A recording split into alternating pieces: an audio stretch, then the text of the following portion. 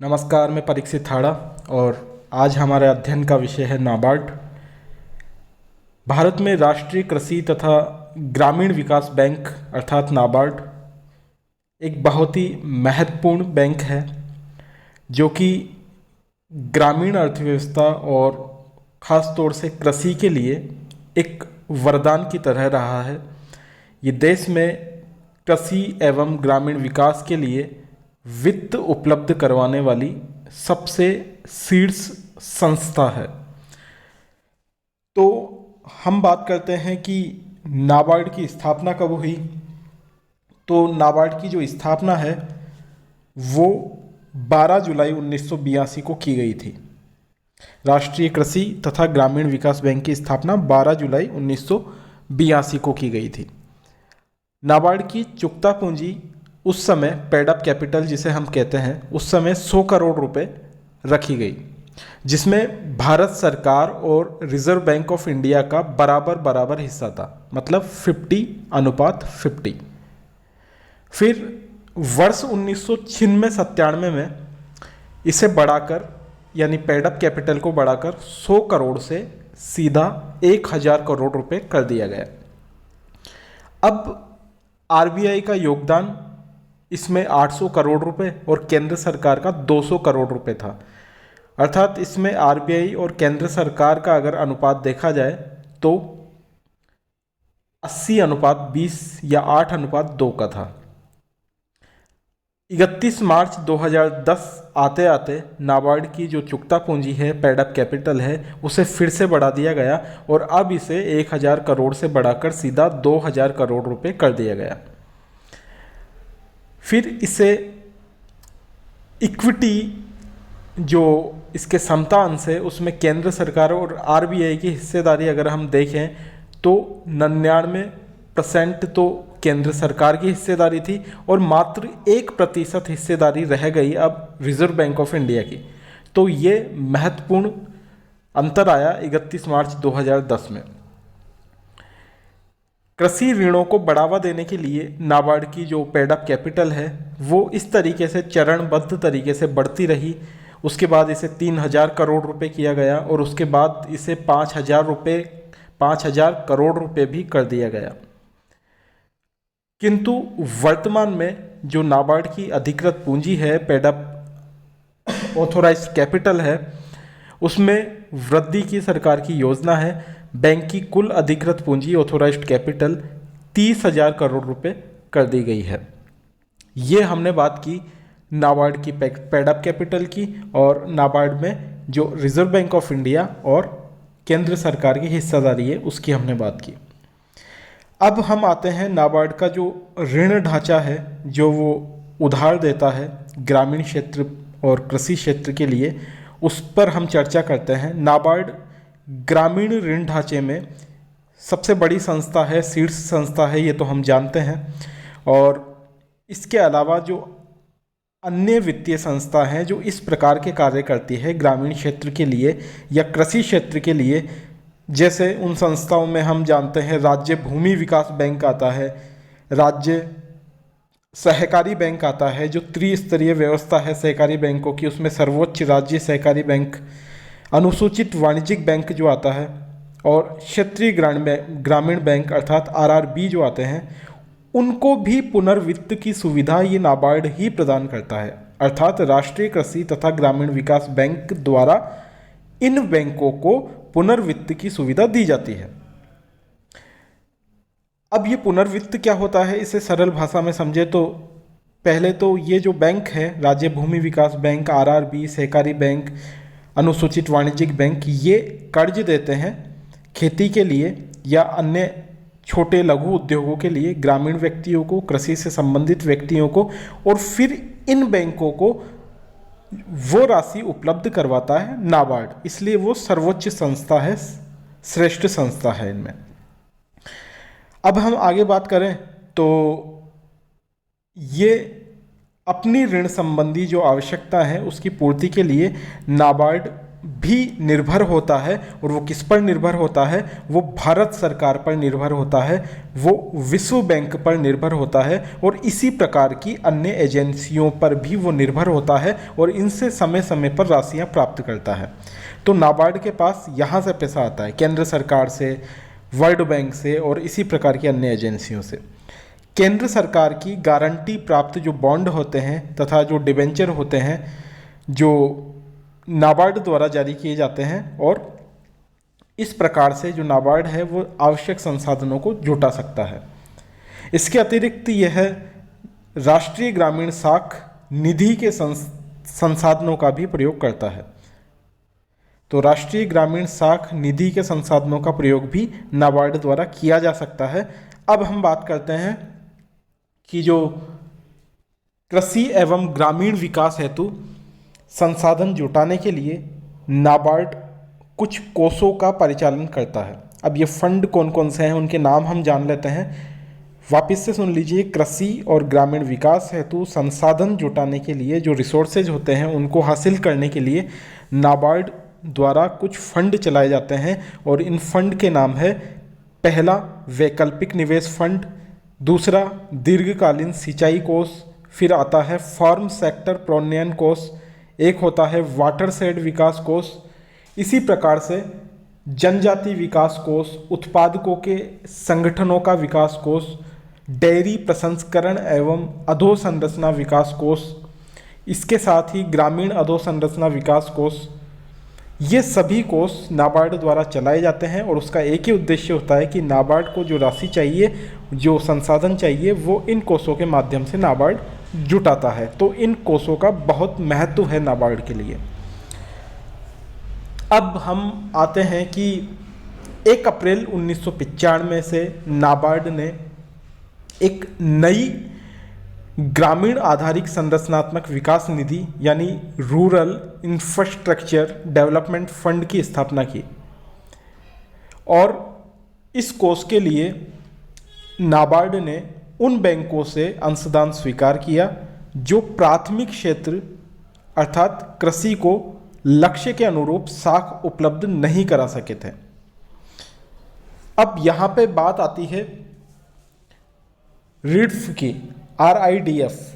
तो वर्ष 2017-18 में 25,000 करोड़ रुपए और 2018-19 में 28,000 करोड़ रुपए के आवंटन के साथ रिड्फ में संचयी आवंटन, जो अगर हम देखें भारत निर्माण में आवंटित 18,500 करोड़ रुपए के सहित है ये राशि, तो ये कुल आवंटन 3,20,000 करोड़ रुपए हो गया है रिड्फ RIDF रिड्फ के माध्यम से। और इस निधि से उधार लेने के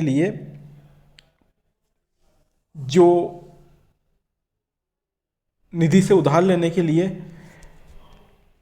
कुछ राज्य सरकारें, संघ शासित क्षेत्र की सरकारें, राज्य के स्वामित्व वाले निगम या राज्यों के सरकारी उपक्रम और राज्य सरकार द्वारा प्रायोजित जो सहायता प्राप्त संगठन है, इसी प्रकार पंचायती राज संस्थाएं और स्वयं सहायता समूह NGO रहते हैं, ये सभी योग्य हैं इस प्रकार इस कोष से राशि का आहरण करने के लिए। राष्ट्रीय कृषि और नाबार्ड विकास बैंक के बारे में अब हम थोड़ा चर्चा को आगे बढ़ाते हैं।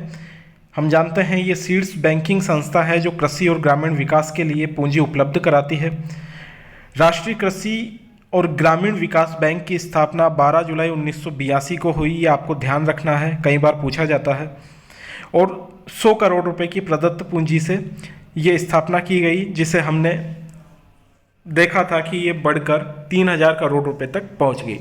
ये ग्रामीण ऋण संरचना की एक शीर्ष संस्था है जो कृषि, लघु उद्योग और कुटीर एवं ग्रामोद्योग तथा हस्तशिल्प आदि को बढ़ावा देने के लिए ऋण उपलब्ध कराता है।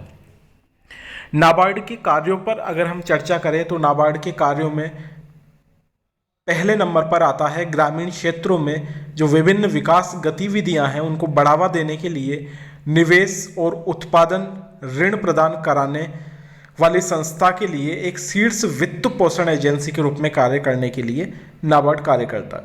अर्थात नाबार्ड उन संस्थाओं को ऋण देता है जो इन ग्रामीण क्षेत्रों में जो विकास कार्य होते हैं उनको बढ़ावा देने के लिए या फिर जो कृषि संबंधित, जो उद्योग संबंधित उत्पादन ऋण प्रदान करने के लिए कार्य करती है, उन संस्थाओं को वित्त पोषण करने का कार्य नाबार्ड द्वारा किया जाता है।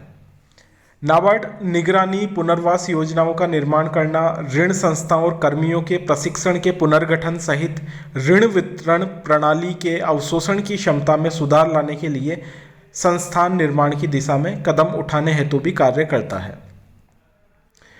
इसके अलावा जमीनी स्तर पर ग्रामीण विकास कार्यों में सभी वित्तीय गतिविधियों में से जुड़े संसाधनों के साथ सामंजस्य स्थापित करने तथा नीति निर्माण से संबंधित भारत सरकार, राज्य सरकार, रिजर्व बैंक और अन्य राष्ट्रीय स्तर के संस्थानों से संपर्क बनाए रखने के लिए भी ये जो बैंक है नाबार्ड वो कार्य करता है।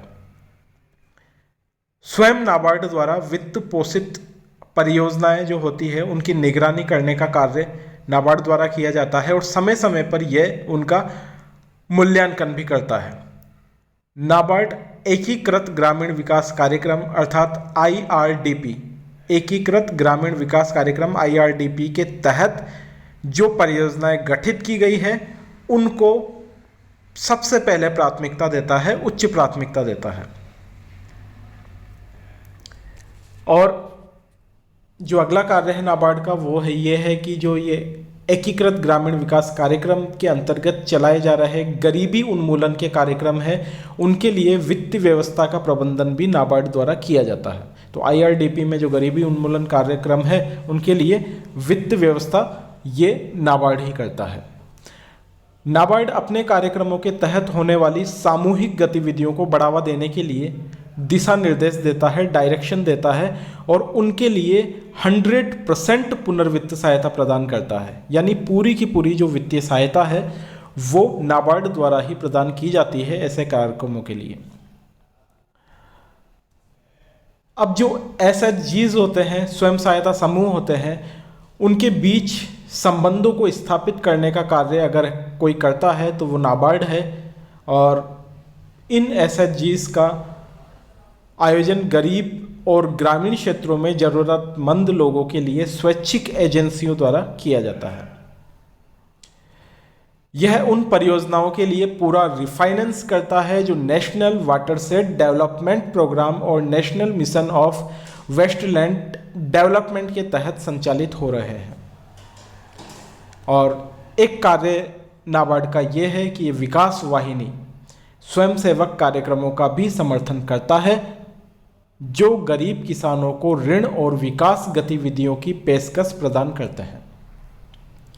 इसके अलावा ये ग्रामीण वित्त पोषण तथा किसानों के कल्याण के लिए विकास को सुनिश्चित करने के लिए समय समय पर सहकारी बैंकों और क्षेत्रीय ग्रामीण बैंकों का निरीक्षण करता है। अर्थात RRB का निरीक्षण करने का अधिकार नाबार्ड के पास है और सहकारी बैंकों का निरीक्षण करने का अधिकार भी नाबार्ड के पास है, क्योंकि ये इन्हें पुनर्वित्त की सुविधा उपलब्ध करवाता है। नाबार्ड RBI को क्षेत्रीय ग्रामीण बैंकों और सहकारी बैंकों के लिए लाइसेंस देने की भी सिफारिश करता है। अर्थात ये एक मध्यस्थ के रूप में कार्य कर सकता है, क्योंकि हम जानते हैं reserve bank of India, RRB और जो कोऑपरेटिव बैंक होते हैं उनको लाइसेंस देने का कार्य करता है और इनको लाइसेंस दिलाने के लिए नाबार्ड द्वारा सिफारिश की जा सकती है। नाबार्ड उन विभिन्न संस्थानों के लिए कर्मचारियों को प्रशिक्षण देने का कार्य करता है और विकास सहायता प्रदान करता है जो ऋण वितरण से संबंधित होती हैं। तो इस प्रकार से जैसे रिजर्व बैंक ऑफ इंडिया जो बैंक होते हैं उनके कर्मचारियों के प्रशिक्षण के लिए उसने विश्वविद्यालय खोल रखे हैं, वैसे ही नाबार्ड भी इससे संबंधित संस्थानों के लिए, इससे संबंधित संस्थानों के कर्मचारियों के लिए ट्रेनिंग के लिए और उनका विकास करने के लिए, ऋण वितरण से संबंधित विकास के लिए इनको प्रशिक्षण की सुविधा उपलब्ध करवाता है। अगले पॉइंट पे आते हैं कि यह पूरे देश में कृषि और ग्रामीण विकास के लिए कार्यक्रम भी चलाता है और यह सहकारी बैंकों और क्षेत्रीय ग्रामीण बैंकों के नियमों से भी जुड़ा रहता है और देश भर में आयोजित IBPS जो एग्ज़ाम करवाई जाती है उसके माध्यम से उनकी प्रतिभा के अधिग्रहण का प्रबंधन भी नाबार्ड द्वारा किया जाता है। 27 मई 2020 से डॉक्टर GR चिंतला नाबार्ड के अध्यक्ष हैं। इसके पहले वे नाबार्ड की सहायक कंपनी नेफिन्स के प्रबंध निदेशक थे, जिसका मुख्यालय बेंगलुरु में है। तो वर्तमान में अगर आपसे पूछा जाए कि नाबार्ड के अध्यक्ष कौन है, तो आपका आंसर होना चाहिए डॉक्टर GR चिंतला। ये कुछ जानकारी थी नाबार्ड के बारे में जो हमने पढ़ी। धन्यवाद।